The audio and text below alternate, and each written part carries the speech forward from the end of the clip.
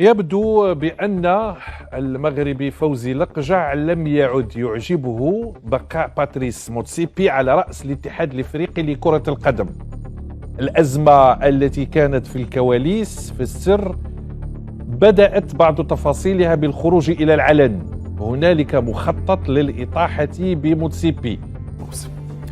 لا يمكننا أيضا أن نسكت أو أن لا نتحدث عن هذا الصراع الجزائري المغربي من أجل تنظيم كأس أفريقيا 2025 خلفا لغينيا التي سحبت منها عملية التنظيم بسبب عدم جاهزيتها.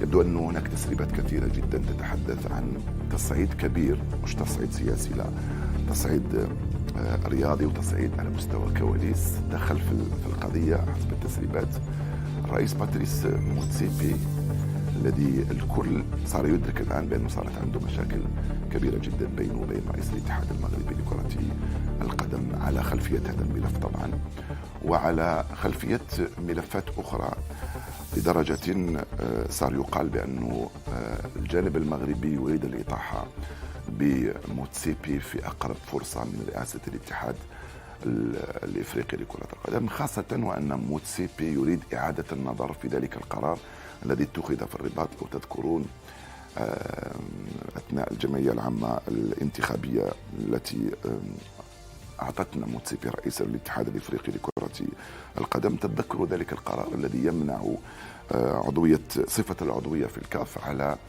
كل طرف غير معترف به من طرف هيئة الأمم المتحدة، وطبعا كان هذا قرار منافي تماما للوائح اللجنة الأولمبية الدولية وحتى الفيفا. كان يقصد منه قطع الطريق أمام الصحراء الغربية للانضمام إلى الاتحاد الإفريقي لكرة القدم. على هذا الأساس موتسيبي يريد تغيير هذه اللائحة. المغرب شيء طبيعي أنه لا يريد تغيير هذه اللائحة. الصراع على منح كأس أفريقيا 2025 ما زال متواصل، لأن عودة الجزائر منذ تنظيمها للشهر الأخير، عودتها إلى الواجهة وقناعة أعضاء اللجنة التنفيذية للاتحاد الإفريقي بأن الجزائر تستحق هذا التنظيم مثل ما تستحق المغرب. طبعا يجب أن نتوقف عندها.